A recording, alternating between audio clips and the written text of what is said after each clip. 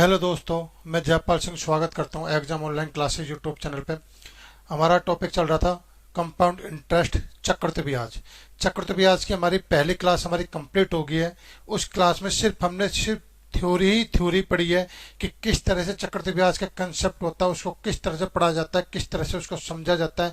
मैंने 1 घंटे की क्लास बनाई थी पिछली क्लास, उसमें हमने सिर्फ यही पढ़ा था।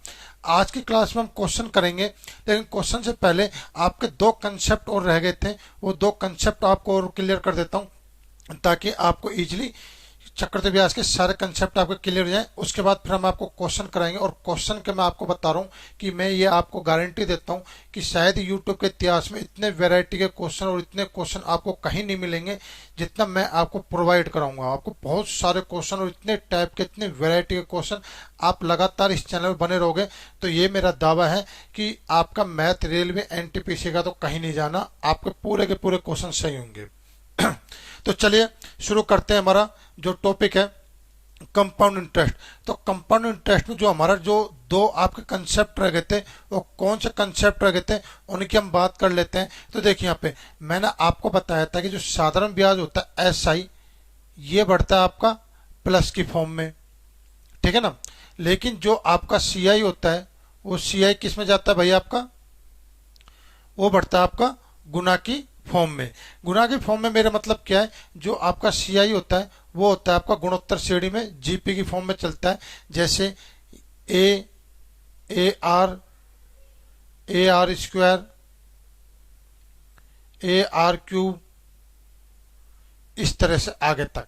ये a r square, AR cube, ये है क्या, ये आपका चक्रवृद्धि ब्याज, जिस पैसे पे आप चक्रवृद्धि ब्याज की दर से पैसा ले रहे हो, तो उस पे जो आपका टोटल कंपाउंड इंटरेस्ट आपका उस पैसे पे, मूलधन पे कितना बनेगा, समय दर समय, जैसे जैसे टाइम बीतेगा आपका कितना चक्रवृद्धि ब्याज उस पैसे पर बनता जाएगा, कितना आपका एक्स्ट्रा पैसा बनेगा, जो भी आपका ब्याज बनेगा वो आपका इस फॉर्म में बनता है। ए आर स्क्वायर, AR क्यूब, ये आपके गुणोत्तर श्रेणी में आपका चलता है।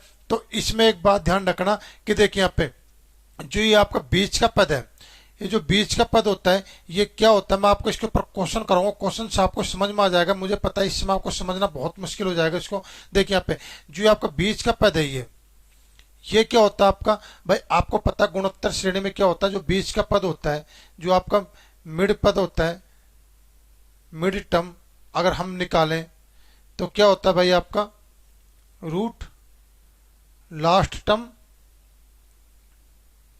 गुणा में फर्स्ट टर्म या प्रीवियस टर्म। तो ये होता है, जैसे आपको यहाँ पे ए आर निकालना है, तो आपको पता है ए आर की वैल्यू कैसे निकालोगे आप, इससे पहले का पद ले लीजिए आप ए, इससे बाद का पद ले लीजिए आप AR स्क्वायर। तो आप देखोगे तो कितना आ जाएगा, यहाँ पे ए आ जाएगा और आर स्क्वायर का आर आ जाएगा। तो आपने देखा आपका बीच वाला पद आ गया। इसी तरह से अगर आप ये निकालना चाहते हो तो AR स्क्वायर ये कैसे निकलेगा भाई आपका, इससे पहला वाला पद ये AR ले लीजिए, और इससे बाद वाला पद AR क्यूब ले लीजिए। तो ए और ए निकलेगा आपका ए, और आर गुना में आर की पावर 3, आर की पावर 4, तो निकलेगा आपका AR स्क्वायर। तो आपने देखा आपका ये वाला पद आ गया।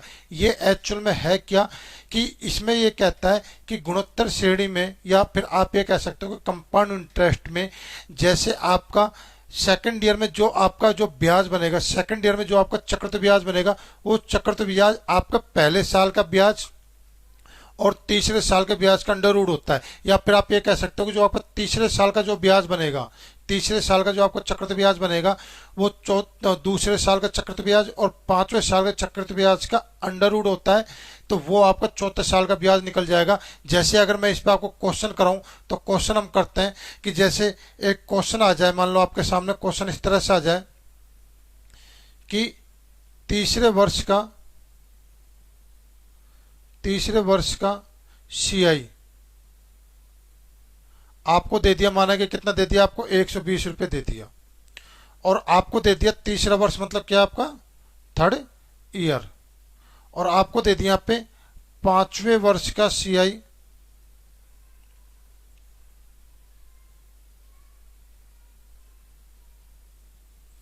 ये दे दिया, माना कि आपको कितना दे दिया यहाँ पे, 3000 रुपये दे दिया। 5वां वर्ष मतलब 5th ईयर। और आपसे पूछ लिया यहाँ पे कि मुझे बताइए कि चौथे वर्ष का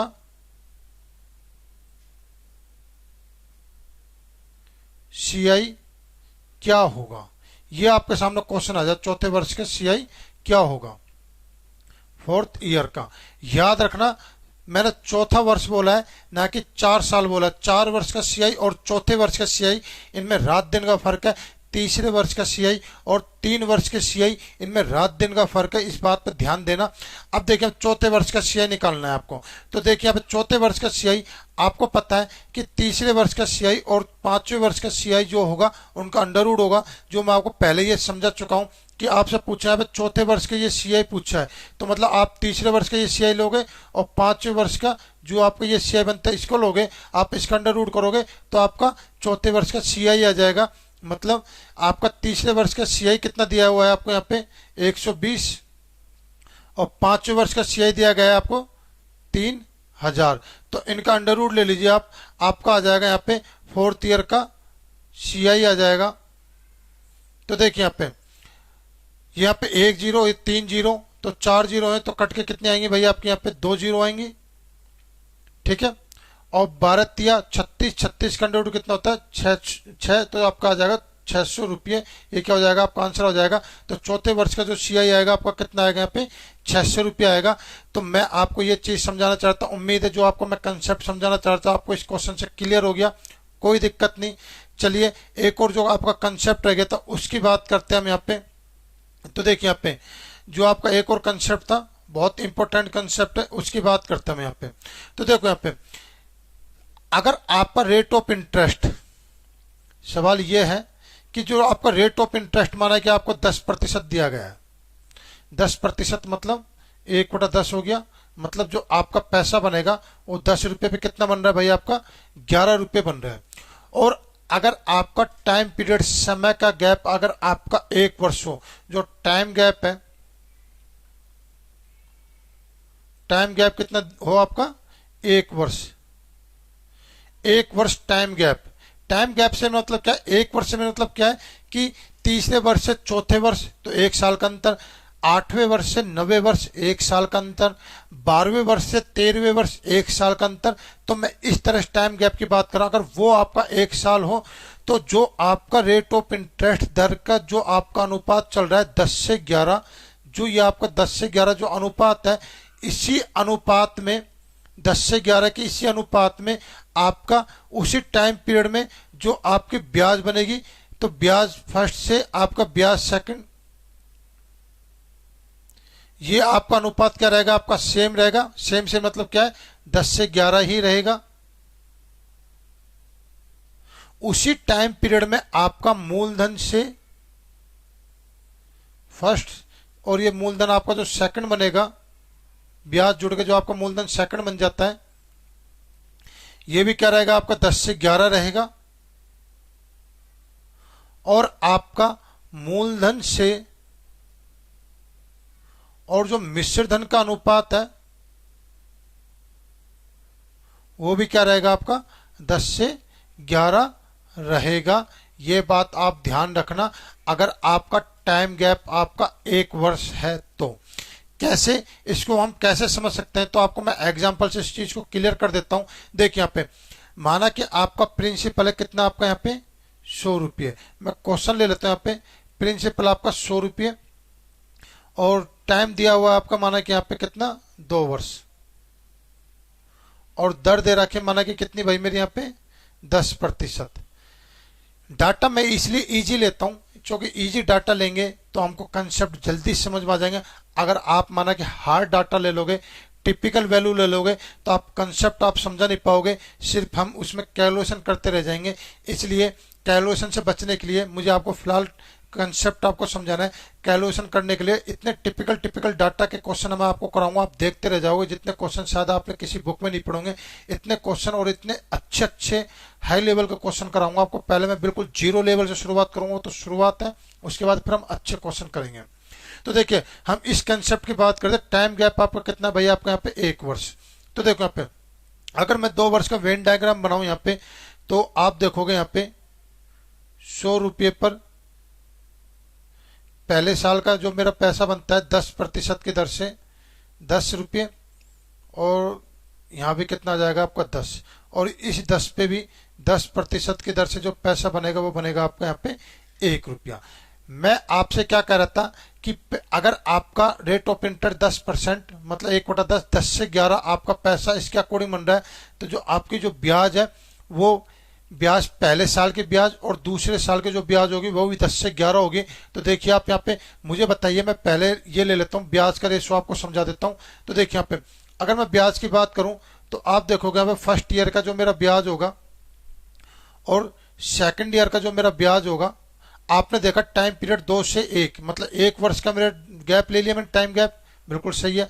अब जो मेरे यहाँ पे जो ब्याज बनेगा और जो मेरा यहाँ पे ब्याज बनेगा, तो आप देखो ब्याज मेरा पहले साल का कितना बन रहा है भाई, यहाँ पे 10 बन रहा है, ये 10 भाई, यही तो बन रहा है ना मेरा 10। और दूसरे साल का ब्याज क्या बन रहा है भाई मेरा यहाँ पे, दूसरे साल मतलब सेकंड ईयर का जो ब्याज बन रहा है मेरा 10 और 1 11, तो कितना बन रहा है आपका 11। तो आपने देखा 10 से 11 यही आपका अनुपात रहेगा, जो आपका रेट ऑफ इंटरेस्ट का अनुपात था 10 से 11। रेट ऑफ इंटरेस्ट का अनुपात कितना था भाई आपका 1/10, मतलब 10 से 11 था। तो आपने देखा कि ब्याज का पहले साल के ब्याज और दूसरे साल के ब्याज का भी अनुपात कितना है आपका भाई यहाँ पे 10 से 11। दूसरा अगर मैं बात करता हूँ यहाँ पे मूलधन से मूलधन, इसकी बात करता हूँ यहाँ पे, तो देखिए यहाँ पे मूलधन से मूलधन अगर मैं इस चीज को समझाता हूँ तो पहले यहाँ पे हम इंक चेंज कर लेते हैं। तो देखिए यहाँ पे मूलधन भाई मेरा पहले यहाँ पे कितना है, मेरा मूलधन यहाँ पे पहले मूलधन है मेरा यहाँ पे कितना भाई, मेरा मूलधन है पहले अगर मैं बात करूँ तो कितना मूलधन मेरे यहाँ पे 100 रुपये। अगर मैं यहाँ पर देखूँ जो तो मेरा ये जो ब्याज बनी 10 और 1, तो मैं देखूंगा कि जो 10 रुपये जो मेरी ब्याज बनी ये बनी भाई मेरी इस पे बनी, और जो 1 रुपये जो मेरी ब्याज बनी वो किस बनी, वो इस पे बनी। तो 1 रुपये के लिए तो ये क्या हो गया, ये भी आपका मूलधन ही तो हो गया ना, और 10 रुपये जो ब्याज बनी इसके लिए मूलधन आपका ये हो गया। तो मुझे बताइए कि आपका फर्स्ट ईयर के लिए तो मूलधन कितना आपका 100 रुपये, और सेकंड ईयर के लिए जो आपका ब्याज बनी, सेकंड ईयर के लिए जो आपकी ब्याज बनी ये 10 रुपये ब्याज बनी, इसके लिए मूलधन 100 रुपये। अगर मैं यहाँ पे लिख लेता हूं मूलधन सेकंड 10 रुपये जो मेरी ब्याज बनी सेकंड ईयर में, जो 10 रुपये मेरा फालतू बनता है वो बनता है मेरा इस 100 रुपये पे बनता है, और जो सेकंड ईयर में जो मेरा 1 रुपये बना वो मेरा इस मूलधन पे बना, 10 रुपये पे बना मेरा। तो ये 10, तो आपने देखा कि 0 से 0 कट गई और ये 0 कट गई, तो आपने देखा कि जो आपका रेशो कितना आ गया 10 से 11 आ गया। क्या ये चीज आप समझ पाए? तो मैंने आपको बता दिया कि अगर आपका रेट ऑफ इंटरेस्ट का जो आपका रेशो रहेगा वही रेशो आपका ब्याज के लिए भी रहेगा और वही रेशो आपका मूलधन के लिए रहेगा। कोई दिक्कत नहीं, इजीली समझ में आ गया। चलिए अब हम बात करते हैं तीसरा पॉइंट, मूलधन और मिश्र धन की बात करते हैं। मूलधन और मिश्र धन, तो देखिए यहाँ पे मुझे पता है मेरा रेट ऑफ इंटरेस्ट कितना है 10%, 1/10 मतलब 10 से 11 मेरा ये रेशो चल रहा है।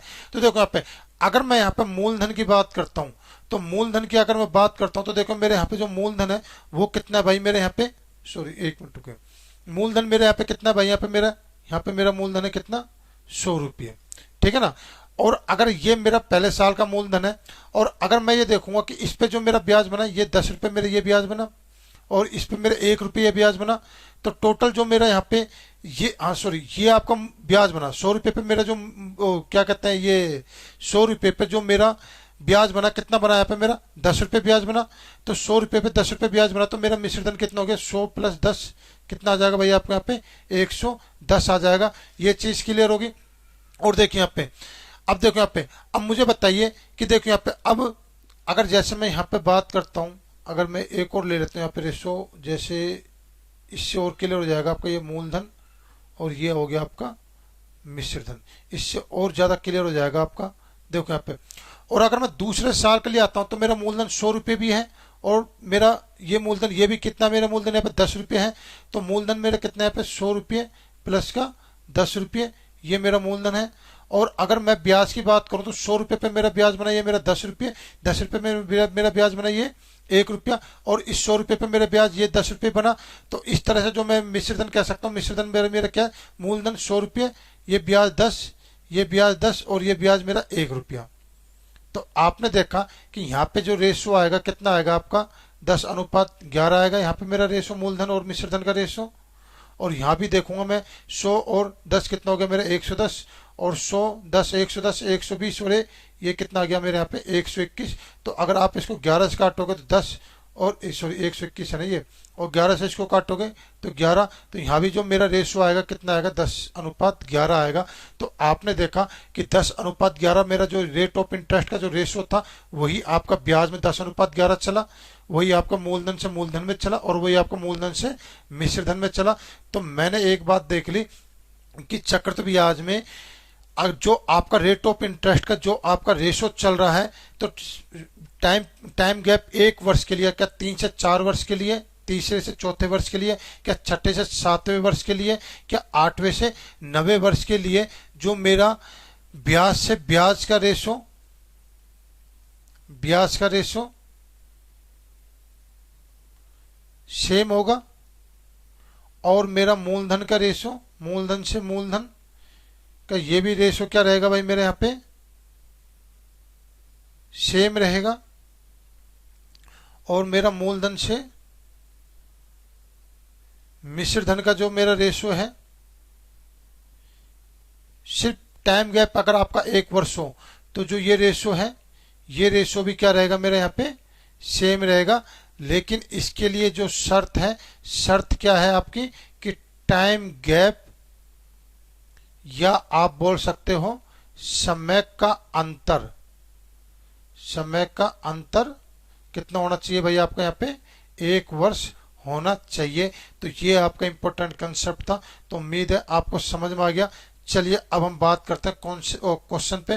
तो ये तो सारे के सारे आपका कंसेप्ट आपके सारे क्लियर कर दिए। तो अब हम बात करते हैं क्वेश्चन पे।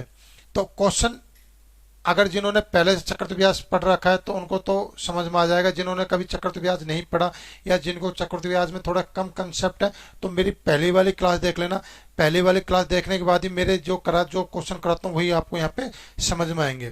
तो देखिए यहाँ पे सवाल है आपका कि 64,000 रुपये पर 12.5% की दर से 64,000 रुपये पर 12.5% की दर से 2 वर्ष के साधारण ब्याज और चक्रवृद्धि ब्याज का अंतर ज्ञात कीजिए। तो देखिए यहाँ पे 64,000 रुपये ये आपका मूलधन है, 12.5% इसका अगर मैं फ्रैक्शन वैल्यू लूं तो मेरा आएगा यहाँ पे 1/8। तो मैं देखूंगा कि पहले साल का जो मेरा साधारण ब्याज बनेगा वो 64,000 रुपये पर 1/8 की दर से बनेगा, तो मेरा ब्याज बनेगा 8,000 रुपये। इसी तरह से दूसरे वर्ष का जो साधारण ब्याज बनेगा मेरा बनेगा 8,000 रुपये। अब दूसरे वर्ष का जो सीआई बनेगा वो पहले वर्ष के इस पैसे पर बनेगा, पहले वर्ष के साधारण ब्याज पे ब्याज से ब्याज बनेगा मेरा दूसरे वर्ष के लिए, तो 1/8 की दर से बनेगा मेरे यहाँ पे 1,000 रुपये, ये मेरा बनेगा। अब देखो, अब आपसे पूछा है यहाँ पे कि अब आपसे पूछा है कि 2 वर्ष का चक्रवृद्धि ब्याज और साधारण ब्याज का अंतर। तो मुझे बताइए कि 2 वर्ष का जो चक्रवृद्धि ब्याज है वो मेरा ये है, और 2 वर्ष का जो साधारण ब्याज है वो मेरा क्या है भाई आपका ये है। तो बाकी बच्चा क्या वैल्यू भाई आपका ये वैल्यू बच्चा, तो आपका आंसर आ जाएगा यहाँ पे 1,000 रुपये, डी ऑप्शन। उम्मीद है समझ में आया। चलिए सेकंड क्वेश्चन करते हैं। देखिए यहाँ पे 64,000 रुपये पर 12.5% की दर से 3 वर्ष के चक्रवृद्धि ब्याज और साधारण ब्याज का अंतर ज्ञात कीजिए। तो देखिए 64,000, मैं यहाँ पे क्वेश्चन स्टार्टिंग बहुत इजी ले रहा हूँ, ये तो अभी शुरुआत है, क्वेश्चन बहुत इजी करा रहा हूं मैं। लेकिन याद रखना जैसे जैसे हमारा क्वेश्चन क्लासेस कंप्लीट होते जाएंगे आप खुद देखोगे कि मेरे क्वेश्चनों का लेवल कहां से कहां पहुंच जाएगा। आपने इतने हाई लेवल क्वेश्चन किसी बुक में नहीं देखे होंगे जितने क्वेश्चन मैं आपको कराऊंगा, और ये मेरे एक्सपेक्टेड क्वेश्चन है जो आपके सीजीएल और रेलवे एनटीपीसी में आ सकते हैं। क्योंकि 1 या 2 क्वेश्चन तो आपका ऐसे टिपिकल आते हैं कि जो 100 में से सिर्फ 5% लड़के ही कर पाते हैं, और वही आपकी मेरिट लिस्ट डिसाइड करता है। तो आप इस चैनल में बने रहना। याद रखना जैसे जैसे तीसरी चौथी पांचवी छठी क्लास होती जाएगी आप क्वेश्चनों का लेवल अपने आप बढ़ता जाएगा और आपको भी क्वेश्चन करने में मजा आएंगे। ये अभी फिलहाल हमारे बहुत ही इजी क्वेश्चन चल रहे हैं ताकि आपको मेथड समझ में आ जाए। तो देखिए 64,000 रुपये पे 12.5% 1/8 की दर से 3 वर्ष कह रहा है, तो 3 बना लेता हूं मैं यहाँ पे 1/8, तो ये 8,000 हो गया, ये 1/8, तो ये मेरा 8,000 हो गया, और ये मेरा 1/8, तो ये मेरा 8,000 हो गया। अब देखिए यहाँ पे दूसरे वर्ष के जो मेरे ये ब्याज है, इस पे तीसरे वर्ष का मेरा ब्याज बनेगा 1/8 की दर से, तो 1,000 रुपये बनेगा। और इस पहले वर्ष का जो मेरा ब्याज है, इस पे दूसरे वर्ष का जो मेरा ब्याज बनेगा वो भी क्या बनेगा, मेरा 1/8 की दर से बनेगा, मेरा कितना बनेगा यहाँ पे 1,000 रुपये। और इस दूसरे वर्ष का जो मेरा ये ब्याज है, इस पर तीसरे वर्ष का जो यहाँ पे ब्याज बनेगा 1/8 की दर से बनेगा। तो आप देखोगे 8 एकम 8 और 8 दूनी 16 और 8 पंजे 40, 125 रुपया। और इस पर जो मेरे यहाँ पे पैसा बनेगा वो 1/8 की दर से बनेगा, वो बनेगा मेरा यहाँ पे 1,000 रुपये। तो आपने देखा यहाँ पे, अब आपसे पूछ रहे हैं यहाँ पे 3 साल का चक्रवृद्धि ब्याज और 3 साल का साधारण ब्याज का अंतर आपसे पूछ रहा है यहाँ पे, ठीक है ना। तो देखिए यहाँ पे पहले इसके डायग्राम आप चेक कर लो। देखो इस पे मैंने ये ब्याज बना दी, और इस पर मैंने ये ब्याज बना दी, और इस पर मैंने ये ब्याज बना दी, और इस पर मैंने ये ब्याज बना दी। तो उम्मीद है समझ में आ गया आपको। अब देखो यहाँ पे आपकी कोई सी भी ब्याज ऐसी नहीं बची जिस पर मैंने कोई ब्याज नहीं बनाई हो। अगर माना आपकी कोई ऐसी ब्याज बच गई जिस पर आप ब्याज नहीं बनाई, तो आपका ये वेन डायग्राम गलत हो जाएगा, इस बात का ध्यान रखना। मेरा देखो यहाँ पे ये 8,000 रुपये मेरे ब्याज है, तो इस पर मैंने ये ब्याज बना दी। 8,000 रुपये मेरी ये ब्याज है, तो इस पर मैंने ये ब्याज बना दी। 1,000 रुपये मेरी ये ब्याज है, तो इस पर मैंने ये ब्याज बना दी। 8,000 रुपये मेरी ब्याज है, तो इस पर मैंने ये वाली ब्याज बना दी। तो आपने देखा कोई मेरी ब्याज नहीं बची। अब मुझे निकालना 3 वर्ष का चक्रवृद्धि ब्याज। तो 3 वर्ष का जो चक्रवृद्धि ब्याज आएगा वो आपका ये पूरा का पूरा आ जाएगा। और 3 वर्ष का जो साधारण ब्याज आएगा वो आएगा आपका सिर्फ और सिर्फ ये वाला। तो मैंने देखा मेरा पैसा बच्चा यहाँ पे ये 1,000 रुपये बच्चा, ये 1,000 रुपये बच्चा, ये 125 रुपये बच्चा, और ये मेरा 1,000 रुपये बच्चा। तो आपने देखा कि आपका आंसर आ जाएगा 3,000 प्लस 125, 3,000 प्लस का 125। तो आपका पैसा बनेगा यहाँ पे 31-25 रुपये, ये आपका आंसर है। तो आपका आंसर कितना आ जाएगा 3,125 रुपये। उम्मीद है समझ में आया। चलिए नेक्स्ट क्वेश्चन। 10,000 रुपये पे 10% की दर से 4 साल का चक्रवृद्धि ब्याज ज्ञात कीजिए। देखिए क्वेश्चन कुछ नहीं है, 10 सेकंड का भी क्वेश्चन नहीं है, 11वां सेकंड तो मैं आपको लगने भी नहीं दूंगा इसमें। अगर आप इसको 4 साल का अगर आप इसको वेन डायग्राम से बनाओगे तो थोड़ा सा लंबा पड़ जाएगा, थोड़ा सा दिक्कत हो जाएगी। तो आप इसको, मैंने आपको सीआई निकालने के एक नहीं बहुत सारे तरीके बताए थे, एक नहीं 5 से 6 तरीके बताए थे, और मैंने सब में ये कहा था कि सारे तरीके आपको आने चाहिए, क्योंकि कब कौन सा तरीका किसके लिए आपको इजी हो जाए, आपका कम समय ले, तो सारे तरीके आपको आने चाहिए। तो इसमें मैं आपका दूसरा तरीका लगाऊंगा। 10,000 रुपये पर 10% की दर से 1 साल का ब्याज मेरा बनता है कितना यहाँ पे 1,000 रुपये। तो टोटल जो मेरी रकम बन गई भाई वो बन गई आपकी, अगर आप इसमें 10,000 रुपये में 1,000 रुपये अगर आप जोड़ो यहाँ पे, तो आपका आ जाएगा यहाँ पे 11,000 रुपये। ये था मेरा पहले साल, फर्स्ट ईयर। अब 11,000 रुपये पे 10% की दर से, तो आप देखोगे 11,000 रुपये पे 10% की दर से, तो 11,000 रुपये पे 10% की दर से कितना पैसा बनेगा, 2 जीरो से 2 जीरो कट गया, आपको बनेगा 1,100 रुपये। तो आप इसमें जोड़ दीजिए 1,100 रुपये। तो 11,000 में अगर आप 1,100 रुपये जोड़ोगे आप, तो 0 0 1 2 1, तो आपका आएगा यहाँ पे 12,100 रुपये। तो ये है आपका 2 वर्ष के लिए, ठीक है ना। अब देखो यहाँ पे, अब मैं 12,100 रुपये पे 10% की दर से ब्याज बनाता हूँ। तो 12,100 रुपये पे 10% की दर से, तो 2 जीरो कट गए, आपका पैसा बना 1,210 रुपये। अब जो 1,210 रुपये बना, ये बनेगा आपका मूलधन में जुड़ेगा 12,100 रुपये पर आपका जुड़ेगा। तो आपका जो टोटल पैसा बनेगा वो बनेगा आपका 13,310 रुपये। ये आपका हो गया 3 वर्ष आपका कंप्लीट हो चुके हैं। अब बात करता हूँ चौथे वर्ष के लिए। तो 10% की दर से 13,310 रुपये में 10%, तो 2 जीरो से 2 जीरो कट गए, आपका पैसा बना 1,331। तो आप इसमें जोड़ोगे 13,310 रुपया, अगर आप इसमें जोड़ोगे तो आपका पैसा बना 14,641। तो ये टोटल आपके हो गए 4 वर्ष आपका कंप्लीट हो गए। तो आपने देखा कि 10,000 रुपये पर आपने देखा कि 10,000 रुपये पर जो मेरा पैसा बना है वो कितना बना है, वो आपका बना है 14,641। तो फालतू जो पैसा मेरा कितना आया, मेरा जो एक्स्ट्रा जो मेरी अर्निंग हुई है वो कितनी हुई है भाई, मेरी यहाँ पे 4,641। और यही मेरा जो एक्स्ट्रा जो मेरा पैसा है, यही आपका 4 साल का क्या है भाई, आपका यहाँ पे CI है। तो 4,641। ये मेथड थोड़ा सा इजी था। और भी कई मेथड है, इसके अलावा भी मैंने आपको कई 4 से 5 मेथड है इसके अलावा और अलग से, उससे भी आप ये आंसर निकाल सकते हो। लेकिन मैं वो मेथड अप्लाई करूंगा जिससे मेरा कम समय में मेरा आंसर आ जाए। चलिए नेक्स्ट क्वेश्चन करते हैं हम।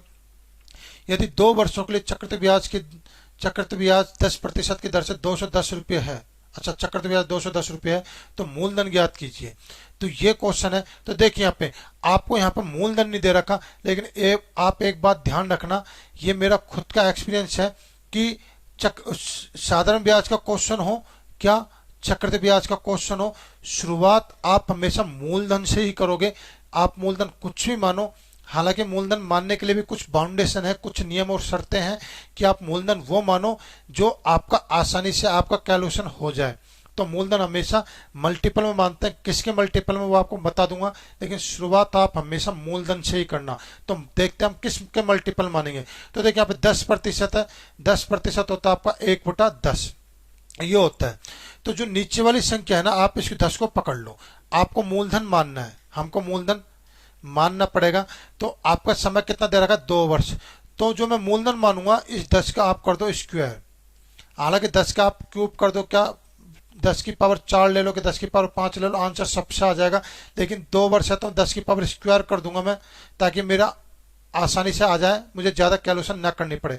तो मेरा आ गया यहाँ पे 100। तो जो मेरा मूलधन है, मूलधन मैं कितना मान के चलता हूँ यहाँ पे भाई, 100 रुपये में मूलधन मान के चलता हूँ। उम्मीद है समझ में आया।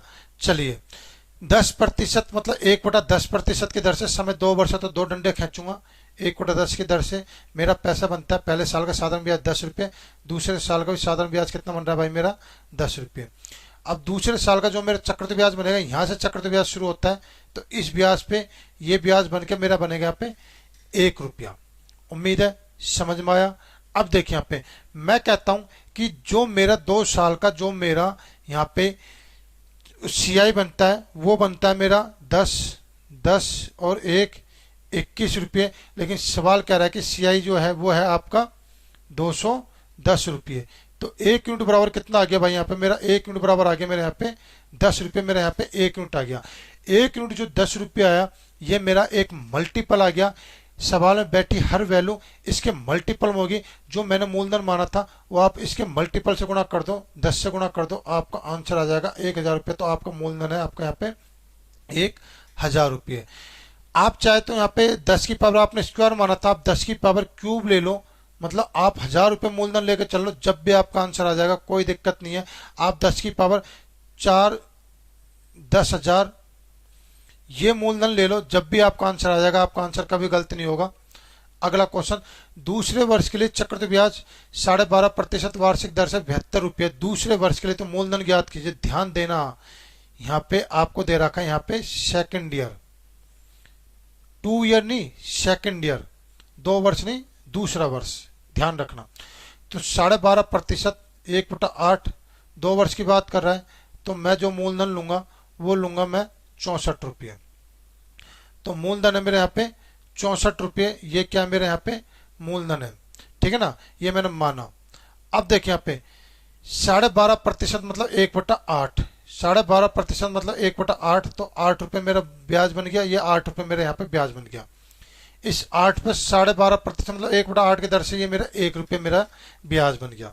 तो अब देखिए यहाँ पे मैं कहता हूँ कि जो मेरा यहाँ पे जो दूसरा वर्ष की बात कर रहा है, दूसरा वर्ष मतलब सेकंड ईयर, तो सेकंड ईयर का जो मेरा यहाँ पे जो मेरी सेकंड ईयर मेरा ये है यहाँ पे, ये मेरा यहाँ पे सेकंड ईयर है।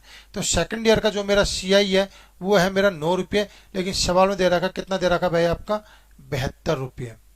तो 1 यूनिट मेरा जो आएगा वो 1 यूनिट बराबर आएगा मेरे यहाँ पे 8 रुपये। तो सवाल में जो भी आपकी वैल्यू है वो इस 1 यूनिट का मल्टीपल में होगी। 1 यूनिट का मल्टीपल मतलब आपको 8 दे रखा है, तो 8 को आप इससे गुणा कर दीजिए, तो आपका आंसर आ जाएगा यहाँ पे 8, 51, 500 12, ये क्या होगा आपका यहाँ पे आंसर होगा। तो चलिए नेक्स्ट क्वेश्चन। यदि तीसरे वर्ष के लिए चक्रवृद्धि ब्याज 12.5% वार्षिक दर से 810 रुपये, तो मूलधन ज्ञात कीजिए। तीसरा वर्ष कह रहा है यहाँ पे, ध्यान रखना, यहाँ पे कह रहा है आपकी और आपसे क्या कह रहा है, तीसरा वर्ष कह रहा है। तीसरा वर्ष मतलब थर्ड ईयर, 3 ईयर नहीं, थर्ड ईयर, ध्यान रखना, समझ जाओगे अभी। तो देखिए 12.5% मतलब 1/8, तो अब क्या समय 3 वर्ष है तो 8 का क्यूब ले लीजिए आप, तो 8 का क्यूब आपका आएगा यहाँ पे 512। तो जो मैं मूलधन मान के चलता हूँ, मूलधन में मानूंगा यहाँ पे 512, तो 512 समय 3 है तो 3 डंडे ले लीजिए आप। तो दर कितनी आपकी 1/8 की दर से पैसा बनेगा मेरा 64, 1/8 की दर से पैसा बनेगा यहाँ पे मेरा 64, 1/8 की दर से पैसा बनेगा मेरा यहाँ पे 64। उम्मीद है समझ में आया।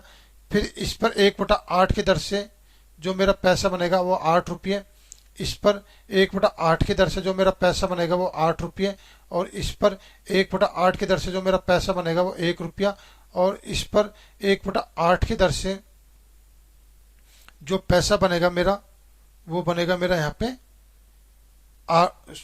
8 रुपया। तो उम्मीद है यहां तक समझ में आया। अब देखो यहाँ पे, अब आपसे कह रहा है यहाँ पे तीसरे वर्ष की बात कर रहा है। कितने वर्ष की बात कर रहा है भाई, यहाँ पे आपसे तीसरे वर्ष के लिए बात कर रहा है। तो तीसरा वर्ष आपका ये है।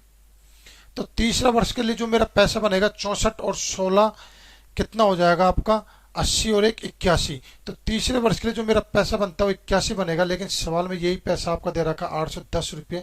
तो 1 यूनिट बराबर कितना हो जाएगा आपका, 1 यूनिट बराबर हो जाएगा आपका 10, मतलब 1 मल्टीपल 10 आ गया। सवाल में पूछा आपसे मूलधन, तो 10 से इसको गुणा कर दीजिए, आपका आंसर आ जाएगा 5120 रुपये। तो उम्मीद है समझ में आया। चलिए नेक्स्ट क्वेश्चन। यदि चक्रवृद्धि ब्याज की दर पहले वर्ष की 11 से 1/9% और दूसरे वर्ष की 14 से 2/7% और 2 वर्षों का चक्रवृद्धि ब्याज 170 रुपये, तो मूलधन ज्ञात कीजिए। अब हमारा लेवल धीरे धीरे बढ़ता जा रहा है।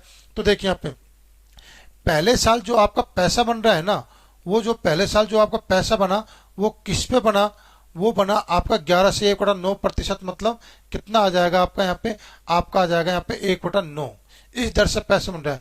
दूसरे साल जो आपका पैसा बन रहा है 2 से 2/7%, मतलब आप इसका फ्रैक्शन लोगे तो आपका आएगा यहाँ पे 1/7।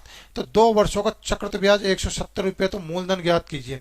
तो देखिए यहाँ पे अब प्रॉब्लम ये है कि यहाँ पे मूलधन मैं क्या मानूं। तो मूलधन की बात कर रहा है, समय आपको कितना दे रखा है 1 वर्ष और ये 2 वर्ष। तो आप देखो यहाँ पे 9 और 7, जो 9 और 7 है आप इसका एलसीएम ले लीजिए। तो एलसीएम कितना आएगा यहाँ पे 630 रुपये आएगा, सॉरी 63 आएगा। तो 63 जो आपका एलसीएम आएगा, तो आप कैलकुलेशन से बचने के लिए 63 की जगह आप 630 मूलधन ले लीजिए। तो आपका मूलधन कितना आ जाएगा यहाँ पे 630 रुपये मूलधन आ जाएगा। समय 2 वर्ष है तो 2 डंडे ले लीजिए। पहले साल के जो रेट ऑफ इंटरेस्ट चल रहा है आपका 1/9, तो आपका पैसा बनेगा यहाँ पे 70 रुपये, और दूसरे साल का जो आपका रेट ऑफ इंटरेस्ट चल रहा है वो आपका चल रहा है 1/7, तो आपका पैसा बनेगा 90 रुपये। अब देखिए यहाँ पे, अब पहले साल का जो आपका ब्याज है इस पर दूसरे साल का मेरा ब्याज बनेगा, पहले साल के ब्याज पे मेरा दूसरे साल का ब्याज बनेगा। प्रॉब्लम ये है कि यहाँ पे कौन सा रेट ऑफ इंटरेस्ट चलेगा मेरा, ये वाला चलेगा या फिर ये वाला चलेगा, कौन सा रेट ऑफ इंटरेस्ट मेरा यहाँ पे चलेगा। तो देखिए यहाँ पे आप पहले साल से दूसरे साल में जा रहे हो, पहले साल से दूसरे साल में जा रहे हो, तो रेट ऑफ इंटरेस्ट आपका दूसरा वाला लगेगा ना, तो आपको 1/7 लगेगा। उम्मीद है समझ में आएगा। तो आपका पैसा बनेगा यहाँ पे 10 रुपया। तो अब देखिए यहाँ पे, अब आपसे कह रहा है कि 2 वर्षों का कह रहा है, कंप्लीट 2 वर्षों का सीआई 170 रुपये है, ऐसा सवाल कह रहा है। लेकिन मेरे अकॉर्डिंग तो सीआई कितना आ रहा है 90 और 7 और ये 170 ही आ रहा है, बिल्कुल सही है। तो 1 यूनिट बराबर मेरा आ गया यहाँ पे 1 आ गया। तो आपको 1 यूनिट को आपको इससे गुणा कर दीजिए, तो आपका जो मूलधन आएगा वो आएगा आपका यहाँ पे 630 रुपये। तो उम्मीद है समझ में आया। चलिए नेक्स्ट क्वेश्चन। यदि चक्रवृद्धि ब्याज की दर पहले वर्ष की 20%, दूसरे वर्ष की 16 से 2/3%, तीसरे वर्ष की 25%, तो तीसरे वर्ष का चक्रवृद्धि ब्याज 6300 रुपये हो, तो चक्रवृद्धि ब्याज और साधारण ब्याज का अंतर ज्ञात कीजिए।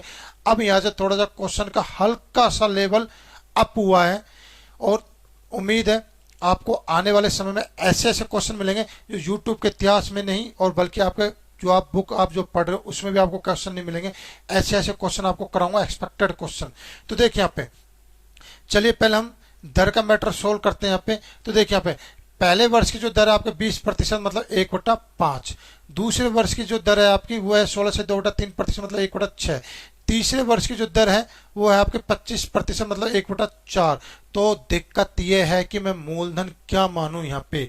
तो देखिए यहाँ पे 5, ये 5, 6, ये 6, और ये मेरा 4, ये मेरा 4।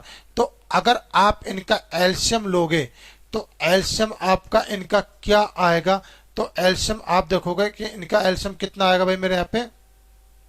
अगर एलसीएम मैं लेने बैठूं यहाँ पे तो एलसीएम मेरा आएगा यहाँ पे 60। भाई बड़ी से बड़ी छोटी छोटी संख्या तो मेरी 60 ही है, इसमें 5, 6 और 4 तीनों का भाग चल जाएगा, और तो आपके है नहीं। तो 60 मेरा एलसीएम आ गया। सुविधा से कैलकुलेशन से बचने के लिए मैं यहाँ पे 1 जीरो और बढ़ा लेता हूँ, 600 मैंने ले लेता हूँ। मूलधन मैं कितना ले लेता हूँ, 1 जीरो मैंने अपनी तरफ से बढ़ाई ताकि मेरी कैलकुलेशन आसान हो जाए। तो मूलधन मैं मान के चलता हूँ मेरा कितना यहाँ पे 600 रुपये। ये मेरा मूलधन है। समय 3 है तो मैं 3 डंडे ले लेता हूँ। पहले साल का जो मेरा रेट ऑफ इंटरेस्ट चल रहा है 1/5 की दर से मेरा पैसा बनेगा 120 रुपया। दूसरे साल का जो रेट ऑफ इंटरेस्ट है आपका 1/6 है, तो इससे जो मेरा पैसा बनेगा मेरा 100 रुपया। और तीसरे साल का जो रेट ऑफ इंटरेस्ट है वो 1/4, तो इससे पैसा बनेगा मेरा कितना बनेगा यहाँ पे 150 रुपया। तो अब देखिए इस ब्याज से ये वाले ब्याज बनेगी मेरी, लेकिन रेट ऑफ इंटरेस्ट चलेगा। आप दूसरे से तीसरे में जा रहे हो तो रेट ऑफ इंटरेस्ट चलेगा तीसरे का, तो पैसा बनेगा आपका कितना 25 रुपया। पहले साल से दूसरे साल में जा रहे हो तो रेट ऑफ इंटरेस्ट आपको दूसरे साल का ही लगेगा, तो पैसा बनेगा आपका 20 रुपया। अब दूसरे साल से तीसरे साल में जा रहे हो तो रेट ऑफ इंटरेस्ट लगेगा आपका तीसरे साल का, पैसा बनेगा आपका 5 रुपया। तो उम्मीद है यहाँ तक आपको समझ में आ गया, कोई दिक्कत नहीं। अब देखिए, अब इससे जो मेरे यहाँ पे पैसा बनेगा वो पहले साल से तीसरे साल में जा रहा हूँ तो रेट ऑफ इंटरेस्ट कितना लगेगा आपका तीसरे साल का लगेगा 1/4, तो पैसा बनेगा आपका 30 रुपया। तो यहां तक समझ में आया। आप देखो सवाल में पूछ क्या रहा है और आपको निकालना क्या है। सवाल में दे रखा है आपको तीसरे वर्ष का, सवाल में क्या दे रखा है आपको तीसरे वर्ष का, मतलब आपको सिर्फ और सिर्फ थर्ड ईयर का दे रखा है। तो थर्ड ईयर का अगर मैं यहाँ पे देखता हूँ कि जो मेरा पैसा बनेगा वो पैसा बनता है मेरे यहाँ पे 210 रुपया, लेकिन सवाल में यही पैसा कितना दे रखा है भाई आपको 6300 रुपया दे रखा है। तो 1 यूनिट बराबर जो मेरा 1 यूनिट निकल के आएगा वो आएगा आपका यहाँ पे 6300 बटे 210। अगर आप करोगे तो आप देखोगे ये 1 जीरो से 1 जीरो कट गई, 21 एकम 21 और 30, तो 1 यूनिट बराबर मेरा आ गया 30। ये आ गया। सवाल में आपसे क्या निकालना है, चक्रवृद्धि ब्याज और साधारण ब्याज का अंतर। तो चक्रवृद्धि ब्याज आपका पूरा का पूरा ये है, चक्रवृद्धि ब्याज आपका पूरा का पूरा ये है, और साधारण ब्याज आपका पूरा का पूरा ये है। तो आपका जो अंतर आएगा 20, 25, 5 और ये 30, तो आपका जो अंतर आएगा कितना आ जाएगा आपका यहाँ पे 80 रुपया आ जाएगा। 80 को आप 30 से इससे गुणा कर दीजिए तो आपका आंसर आएगा यहाँ पे 2400। तो उम्मीद है क्वेश्चन समझ में आया, आपका आंसर आ जाएगा 2400 सी ऑप्शन। तो उम्मीद है क्वेश्चन समझ में आया, ठीक है। चलिए नेक्स्ट क्वेश्चन। किसी धन का 5% वार्षिक दर से 3 वर्ष का चक्रवृद्धि ब्याज और साधारण ब्याज में अंतर ज्ञात कीजिए। तो 3 वर्ष का चक्रवृद्धि ब्याज और साधारण ब्याज का अंतर, तो देखिए 5%, तो 5% का फ्रैक्शन वैल्यू जो मेरा आएगा निकल के वो आएगा 1/20। तो 3 वर्ष है तो 3 वर्ष मतलब 20 का क्यूब करूंगा मैं, तो मेरा यहाँ पे आएगा 8000। तो मैं मूलधन मान के चलता हूँ 8000 रुपये, क्योंकि समय 3 वर्ष है, ये 3 वर्ष। तो पहले साल जो मेरा पैसा बनेगा 1/20 की दर से वो बनेगा मेरा 400, फिर 1/20 की दर से मेरा पैसा बनेगा यहाँ पे 400, 1/20 की दर से मेरा पैसा बनेगा यहाँ पे 400। तो इस ब्याज से जो ये मेरा ब्याज बनेगा 1/20 की दर से 20 रुपये बनेगा। इससे जो मेरा ब्याज बनेगा 1/20 की दर से बनेगा मेरा 20 रुपया, और इससे जो मेरा ब्याज बनेगा 1/20 की दर से बनेगा मेरे यहाँ पे 1 रुपया, और इससे जो मेरा ब्याज बनेगा मेरा 1/20 की दर से बनेगा मेरे यहाँ पे 20 रुपया। आपसे कह रहा है यहाँ पे चक्रवृद्धि ब्याज और साधारण ब्याज का अंतर ज्ञात कीजिए। तो मुझे बताइए चक्रवृद्धि ब्याज और साधारण ब्याज का अंतर। तो देखिए यहाँ पे चक्रवृद्धि ब्याज पूरा का पूरा कितना भाई आपका यहाँ पे ये है, और साधारण ब्याज कितना भाई आपका पूरा का पूरा यहाँ पे ये है। तो आपका जो सवाल अंतर आएगा कितना आएगा 20 रुपया, 20, 40, 60 और एक आपका कितना आ गया आपका 61। ये आपका यहाँ पे आंसर आ जाएगा। तो उम्मीद है समझ में आ गया। आपको यहाँ पे मूलधन नहीं दे रखा था तो घबराने की जरूरत नहीं है। मूलधन आप यहाँ पे according to rate of interest आप मान सकते हो, इससे आपका आंसर आ जाएगा। चलिए नेक्स्ट क्वेश्चन। 3 वर्षों में 16 से 2/3% वार्षिक दर से चक्रवृद्धि ब्याज का अंतर 57 है। चक्रवृद्धि ब्याज का अंतर, तो चक्रवृद्धि ब्याज का किससे अंतर है यहाँ पे? साधारण ब्याज से। चलो साधारण ब्याज से अंतर लेके चलते हैं। सवाल वैसे इनकम्प्लीट है, ये सवाल पूरा नहीं है ये। चलो फिर भी हम मान के चलते हैं कि चक्रवृद्धि ब्याज और साधारण ब्याज का अंतर की बात कर रहे हैं यहाँ पे। तो देखिए यहाँ पे 16 से 2/3%, तो आपका इसका फ्रैक्शन आएगा 6, 1/6। 3 वर्ष की बात कर रहा है तो मैं लूंगा यहाँ पे 6 का क्यूब, कितना आ जाएगा भाई मेरे यहाँ पे 216, और मैं 1 जीरो अपनी तरफ से ले लेता हूँ। मैं मान लेता हूँ मूलधन यहाँ पे 2160 रुपये अपनी सुविधा के अनुसार। तो देखिए 3 वर्षों की बात कर रहा है तो 3 डंडा ले लीजिए आप। तो 1/6 की दर से पहले साल का जो मेरा ब्याज बनेगा वो बनेगा आपका यहाँ पे 360 रुपये। इसी तरह से दूसरे साल भी 360, तीसरे साल भी 360 रुपये। इस ब्याज से ये मेरा ब्याज बनेगा 60 रुपये। इस ब्याज से जो मेरे ये ब्याज बनेगा 60 रुपये, और इस ब्याज से जो मेरे ये ब्याज बनेगा 10 रुपये, और इस ब्याज से मेरा जो ये ब्याज बनेगा कितना बनेगा 60 रुपये। ये मेरा ब्याज बन गया। अब आपसे कह रहा है चक्रवृद्धि ब्याज का अंतर। देखिए दोस्तों यहाँ पे जो आपको अंतर दे रखा है वो दे रखा है आपको CI minus SI। Question incomplete है, मैं कर देता हूँ इसको 57 रुपये। ये आपसे पूछ रहा है तो ठीक है ना। तो देखिए यहाँ पे 3 वर्ष का अगर मैं यहाँ पे CI निकालने बैठूं तो 3 वर्ष का CI मेरा ये आएगा और 3 वर्ष का SI मेरा ये आएगा। तो जो मेरा अंतर आएगा 60, 60 और 60 और ये 10, तो अंतर आएगा मेरे यहाँ पे 90 रुपये। 90 नहीं आएगा, सॉरी 120 और 180, 190 आएगा ना। हाँ 190 ये मेरा अंतर आ जाएगा। लेकिन सवाल में यही अंतर कितना दे रखा है आपको 57 रुपये दे रखा है। तो आप देख सकते हो कि 1 यूनिट बराबर मेरा कितना आ गया। 1 यूनिट बराबर मेरा आ गया यहाँ पे 3 और 0.3, ये मेरा 1 यूनिट आ गया। अब आपसे पूछा यहाँ पे कि मूलधन ज्ञात कीजिए। तो मूलधन मेरा कितना है 2160, तो इसको 0.3 मतलब 3/10 से गुणा करूंगा तो कितना आ जाएगा मेरा यहाँ पे। तो मेरे यहाँ पे आ जाएगा, अगर मूलधन में यहाँ पे निकालने बैठूं 3 वर्षों का, तो 1 यूनिट बराबर मेरा यहाँ पे बिल्कुल सही है, कोई दिक्कत नहीं है। यहाँ पे 0.3 तो मेरा आएगा यहाँ पे 6×18, 1, 3, 4, 3, 648 तो मेरा आ रहा है। लेकिन यहाँ पे ऑप्शन नहीं है। देखो दोस्तों यहाँ पे ये एक्चुअली क्या था, यहाँ पे क्वेश्चन इनकम्प्लीट था, क्वेश्चन इनकम्प्लीट है। तो जो यहाँ का जो क्वेश्चन था चक्रवृद्धि ब्याज का अंतर हो सकता है शायद यहाँ 3 वर्षों का नहीं, मेरे को क्वेश्चन देख लेता हूँ, हो सकता है शायद तीसरे वर्ष का हो, क्वेश्चन नंबर 10वां। तो इसमें भी क्वेश्चन इनकम्प्लीट है। ये क्वेश्चन है क्या यहाँ पे इनकम्प्लीट है, इसलिए शायद इसमें ऑप्शन नहीं आ रहा। ऑप्शन तो आपके बिल्कुल सही है। तो यहाँ पे क्या है, जो ये क्वेश्चन क्या है आपका यहाँ पे इनकम्प्लीट है। तो मैं ये मान के चलता हूँ कि यहाँ पे साधारण चक्रवृद्धि ब्याज और साधारण ब्याज का अंतर 57 है, तो मेरा मूलधन आ रहा है 648 रुपये। लेकिन अगर ये मैं मान के चलता हूँ यहाँ पे कि 3 वर्ष नहीं बल्कि तीसरे वर्ष, 3rd ईयर का बात कर रहा है, मतलब तीसरे वर्ष का बात कर रहा है, तो हो सकता है शायद आपका आंसर जब ये मूलधन में आ जाए तो ये क्वेश्चन क्या इनकम्प्लीट है। बाकी अपने कॉन्सेप्ट में कोई प्रॉब्लम नहीं है, कॉन्सेप्ट आपका बिल्कुल सही है। चलिए नेक्स्ट क्वेश्चन करते हैं। देखिए यहाँ पे मूलधन है यहाँ पे 1000 रुपये 10% की दर से 2 वर्ष 73 दिन में प्राप्त चक्रवृद्धि ब्याज ज्ञात कीजिए। तो 2 वर्ष 73 दिन आपको यूनिट यहाँ पे सेम करनी पड़ेगी। यहाँ पे जो समय की यूनिट कितनी दे रखी है, यहाँ पे समय की यूनिट दे रखी है, यहाँ पे आपको वर्ष में दे रखी है, और यहाँ पे समय की यूनिट कितनी दे रखी है आपको दिन में दे रखी है। तो देखिए यहाँ पे तो जो मैं 73 दिन को अगर मैं बात करूं तो आपको पता है कि एक वर्ष में 365 दिन होते हैं, हो सकता है 366 दिन भी आ जाए, वो नॉर्मल ईयर लीप ईयर होता है। लेकिन हम मान के चलते हैं नॉर्मल ईयर मान के चलते हैं तो 365 मान के चलता हूँ तो 73 दिन, तो कितना आ जाएगा, अगर 73 दिन को वर्ष में बदलूं तो मेरा आ जाएगा यहाँ पे कितना आ जाएगा 73/365, मतलब 1/5 वर्ष मेरा ये आ जाएगा। कितना आ जाएगा यहाँ पे 1/5 वर्ष आ जाएगा मेरा यहाँ पे। उम्मीद है तो मतलब जो आपको समय दे रखा है 2 वर्ष, मतलब इसको ऐसा मतलब को 2 + 1/5 वर्ष, ये आपको क्या दे रखा है यहाँ पे समय दे रखा है।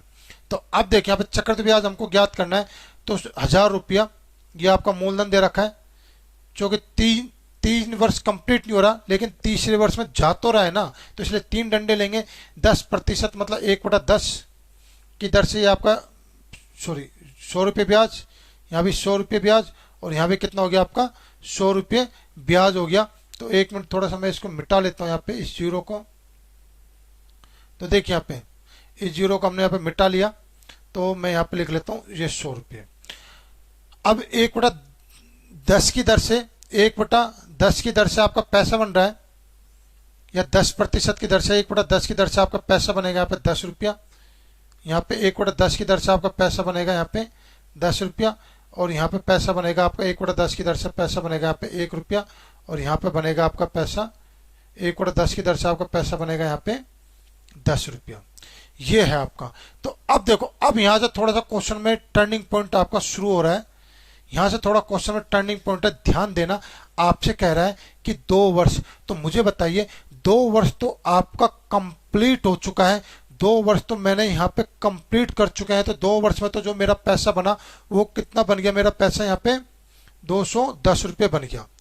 अब बात करते हैं तीसरा वर्ष। तो देखिए अब तीसरा वर्ष आपका कंप्लीट नहीं हुआ, तीसरा वर्ष का सिर्फ 73 दिन ही कंप्लीट हुए। तो जो ये पैसा बना ये तो भाई पूरा तीसरे वर्ष का बना ना, लेकिन मुझे चाहिए मतलब तीसरा वर्ष मतलब 365 दिन का बना, ये पूरा का पूरा पैसा आपका ये कंप्लीट, लेकिन मुझे चाहिए सिर्फ 73 दिन का। तो 73 दिन मतलब 1/5 वर्ष, 1/5, तो मेरा ये 1 वर्ष का नहीं बल्कि 1/5 वर्ष का पैसा है। ये भी मेरा 1/5 वर्ष का पैसा है, ये भी मेरा 1/5 वर्ष का पैसा है, ये भी मेरा 1/5 वर्ष का पैसा है। तो कितना आ जाएगा 20, 2 और 0.2 और 2, तो मेरा पैसा आ गया 20, 2, 24 और 24.20, सॉरी 24.20 ये मेरा आ गया यहाँ पे। तो आप इसको जोड़ोगे तो कितना आ जाएगा यहाँ पे, तो मेरा पैसा बन गया यहाँ पे 234 रुपये 20 पैसा। इससे भी आप इस क्वेश्चन को कर सकते थे, और क्वेश्चन को करने के और भी बहुत सारे तरीके हैं। चलो मैं आपको एक और क्वेश्चन और एक तरीका और बता देता हूँ, उससे भी आप इसको क्वेश्चन को कर सकते हैं। मैं इस क्वेश्चन को चाहूँ तो कम से नहीं तो 5 से 6 तरीके से कर सकता हूँ, लेकिन एक और तरीका और बताता हूँ, क्योंकि उसमें भी क्या आपका समय कम लगेगा और आपको कुछ नया चीज़ सीखने को मिलेगा। और मैं आपको दावत देता हूँ कि वो चीज़ आपको किसी भी टीचर ने नहीं सिखाई होगी, ना ही आपको किसी भी किताब में मिलेगी। ये मेरा खुद का बनाया हुआ मेथड है। इससे भी देखिए आप यहाँ पे देखो, यहाँ पे 1000 रुपये पर 2 वर्ष मतलब पहले वर्ष की अगर बात करूँ तो 10% की दर से पैसा बनता है 100 रुपया। तो आपका कुल पैसा बन गया यहाँ पे 1100 रुपया। 10% की दर से ये तो पहला वर्ष हो गया, फर्स्ट वर्ष। ये मेरा दूसरा वर्ष हो गया। 10% की दर से ये पैसा बना मेरे यहाँ पे 110 रुपया। तो 1100 में मैं 110 जोड़ूंगा तो कितना आएगा मेरे यहाँ पे 1210 रुपया आ गया मेरे यहाँ पे। उम्मीद है समझ में आए यहाँ पे। अब देखिए यहाँ पे, अब बात कर रहा है आपसे 73 दिन। तो मुझे बताइए जो प्रति वर्ष जो आपका यहाँ पे जो 10% का जो रेट ऑफ इंटरेस्ट लग रहा है वो आपका पर्टिकुलर एक एक वर्ष के लिए लग रहा है, 3 साल तक हर वर्ष के लिए लग रहा है। लेकिन तीसरा साल तो आपका कंप्लीट ही नहीं हुआ, तीसरा साल तो आपको 73 दिन का है। तो आपको पता है कि जो 10% है ये मेरा कितने दिन के लगा, ये मेरा लगा 365 दिन के लिए, मतलब एक वर्ष के लिए मेरा रेट ऑफ इंटरेस्ट चला 10%। तो एक दिन के लिए जो मेरे रेट ऑफ इंटरेस्ट चलेगा वो चलेगा आपका 10% बटे 365 दिन। तो आपको निकालना 73 दिन। 73 दिन के लिए जो रेट ऑफ इंटरेस्ट चलेगा वो चलेगा मेरा 10% बटे 365 गुणा में 73, मतलब आपका रेट ऑफ इंटरेस्ट कितना आ जाएगा आपका 2%। ये मेरा खुद का मेथड है किसी भी बुक में ना ही किसी टीचर ने आज तक बताया होगा और ना ही किसी बुक में मिलेगा। तो ये मेरा खुद का मेथड है। ऐसे क्वेश्चनों में एक बहुत कम समय में आंसर निकाल देगा। तो अब की बार जो 1210 रुपये पे जो मेरा पैसा बनेगा वो बनेगा मेरा 2% की दर से। 73 दिन की बात कर रहा है तो 2% की दर से मेरा पैसा बनेगा। तो आप इसको निकाल सकते हो। कितना आ जाएगा यहाँ पे 242 और 10 का भाग देंगे मतलब 24 रुपये 20 पैसे। तो 1210 में आप 24 रुपये 20 पैसे अगर आप जोड़ोगे तो आपका पैसा बनेगा यहाँ पे 4 3 2 1। तो आपका पैसा बनेगा 1234 रुपये और 20 पैसे। तो आपने देखा कि 2 वर्ष 73 दिन में 1000 रुपये पे कितना पैसा फालतू बन रहा है भाई। 1000 रुपये पे कितना पैसा फालतू बन रहा है मेरा, वो पैसा बन रहा है मेरा 234 रुपये 20 पैसे। आप इससे भी इस क्वेश्चन को कर सकते थे। और भी बहुत सारे तरीके हैं। अभी भी मैं आपको 4 से 5 तरीके से इस क्वेश्चन कर सकता हूँ, लेकिन ज़्यादा मुझे आपको नॉलेज नहीं देना। आपको बस वही नॉलेज देना है जो आपके पेपर में आपके लिए आसान हो। तो उम्मीद है समझ में आया आपको क्वेश्चन। चलिए नेक्स्ट क्वेश्चन देखिए। यहाँ पे 64,800 रुपये का 16 से 2/3% CI की दर से 2 वर्ष 6 महीने का ब्याज ज्ञात कीजिए।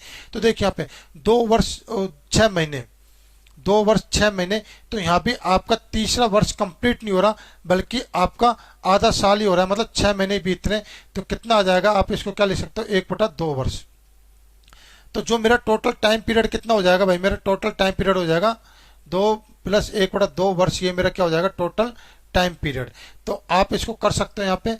तो अगर मैं इसको जैसे यहाँ पे करने बैठा यहाँ पे, तो मैंने आपको 2 तरीके से पिछले वाला सवाल बताया था, दोनों तरीके से आप इसको कर सकते हो। चलिए मैं आपको इसको वेन डायग्राम से बता देता हूँ। तो देखिए यहाँ पे 64,800 रुपये जो कि 3 वर्ष तो कंप्लीट नहीं हो रहा, लेकिन तीसरे वर्ष में जा तो रहा है ना, इसलिए 3 डंडे लूंगा मैं। 1/6 की दर से पैसा बनता है मेरे यहाँ पे। कितना बनेगा 1/48 10,800। यहाँ भी 10,800 और यहाँ भी 10,800। और इस पर 1/6 की दर से जो मेरा पैसा बनेगा वो बनेगा मेरे यहाँ पे 6 एकम 6 6 8 48 1800 रुपये। यहाँ भी जो मेरा पैसा बनेगा कितना बनेगा 1800 रुपये। और ये जो यहाँ जो मेरा पैसा बनेगा वो कितना बनेगा मेरा यहाँ पे 300 रुपये। और जो यहाँ पे जो पैसा बनेगा मेरा कितना बनेगा यहाँ पे 1800 रुपये। तो उम्मीद है यहाँ तक आपको समझ में आया। अब क्या करें, 2 वर्ष 6 महीने का ब्याज याद कीजिए। तो मुझे बताइए 2 वर्ष का तो ये आपका कंप्लीट है। यहाँ तो आपके टाइम में कोई ब्रेक नहीं कर रहा। तो ये पैसा तो कितना बन गया भाई आपका यहाँ पे, ये पैसा बन गया आपका 10,800 और 10,800 और ये 10,800 ले लिया मैंने, 10,800 ले लिया और मैंने ये कितना ले लिया 1800। ये तो आपका हो गया 2 वर्ष का टोटल CI। अब बात कर रहे हैं यहाँ पे 6 महीने की। तो 6 महीने की बात कर रहे हैं मतलब आपका आधा वर्ष, ये पूरा वर्ष तो आपका कंप्लीट नहीं हो रहा, आप आधे वर्ष की बात कर रहे हो। तो आधा वर्ष का ये पैसा बनेगा, आधा वर्ष का ये पैसा, आधा वर्ष का ये पैसा, आधा वर्ष का ये पैसा। तो ये पैसा कितना बन जाएगा मेरा, ये पैसा बनेगा मेरा यहाँ पे 5400 रुपये। तो कितना आ जाएगा आपका 5400 रुपये आ जाएगा। ये पैसा बनेगा आपका 900, तो 900 रुपये आपका ये आ जाएगा। ये पैसा बनेगा आपका 150, तो 150 आप ये लिख लोगे यहाँ पे। और ये पैसा बनेगा आपका 900, तो 900 आप यहाँ ये लिख लोगे। आप जोड़ लो इन सबको तो कितना आ जाएगा 0 से 0, ये 0 आ गया, ये भी 0 ये 5 आना यहाँ पे 5 आ जाएगा आपका। और 8 दूनी 16 8 24, 24 और 4 28 और 9 37 38 और 47 और 5 4 9 5 और 1 6 और 4 10 और 30,750 रुपये ये आपका आंसर आ रहा है। तो आपका जो CI बनेगा वो बनेगा आपका 30,750 रुपये। इसको मैं दूसरे तरीके से भी, आप इसको इस तरीके से भी कर सकते थे 64,800 रुपये, मतलब सेकंड मेथड है। मैं थोड़ा सा हिंट दे रहा हूँ, आप खुद कर सकना इसको। सेकंड मेथड में पहले वर्ष का कितना बनेगा 16 से 2/3%, मतलब 1/6 की दर से जो है पैसा बन जाएगा। फिर यहाँ पे 16 से 2/3% मतलब यहाँ पे पैसा बन जाएगा। फिर यहाँ पे 16 से 2/3% का आप आधा करोगे मतलब 6 महीने के लिए, तो इसका आप आधा करके यहाँ से यहाँ पे पैसा बन जाएगा। और आप देख लेना कितना पैसा यहाँ पे फालतू बना वो घटा लेना, ये आपको इतना पैसा आ जाएगा। इससे भी आप इसको कर सकते थे। तो उम्मीद है क्वेश्चन समझ में आए। ये तो थे आपके क्वेश्चन आज के क्लास के, बहुत ही ज़्यादा बेसिक क्वेश्चन थे। कुछ नहीं था इन क्वेश्चन में, लेकिन मैं आपको जो यहाँ पे मैथ पढ़ा रहा हूँ, ऑनलाइन मैथ पढ़ा रहा हूँ, वो मैं आपको ये ऐसा मानकर पढ़ा रहा हूँ कि जैसे हम ऑफलाइन पढ़ रहे हैं, बिल्कुल जीरो से पढ़ा रहा हूँ आपको मैं, और बहुत ही हाई लेवल तक क्वेश्चन ले जाऊंगा मैं आपको। तो ये तो मेरे बेसिक क्वेश्चन थे। अगली क्लास से हमारा क्वेश्चनों का लेवल हम हाई उठाएंगे, तो अगली क्लास लेना ना भूलें। उम्मीद है क्लास आपको अच्छी लगी। तो ठीक है दोस्तों, मिलते हैं अगले क्लास में। जब तक के लिए गुड बाय, जय हिंद।